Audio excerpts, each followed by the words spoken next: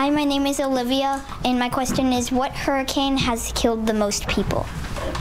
Wow. Good question. And that question needed some research. Yes, it did. We had to go back in history here. So if we're talking the entire globe, then it is the 1970 Bola cyclone. It is believed to have killed up to half a million people in what is now Bangladesh.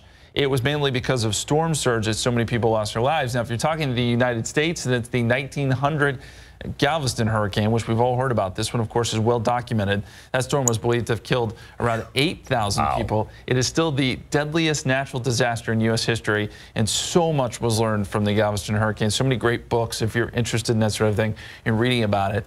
But those are your two big ones there. And obviously, hurricanes can do a ton of damage, and there can be some loss of life. So a great question, Olivia. Thank you so much. And we have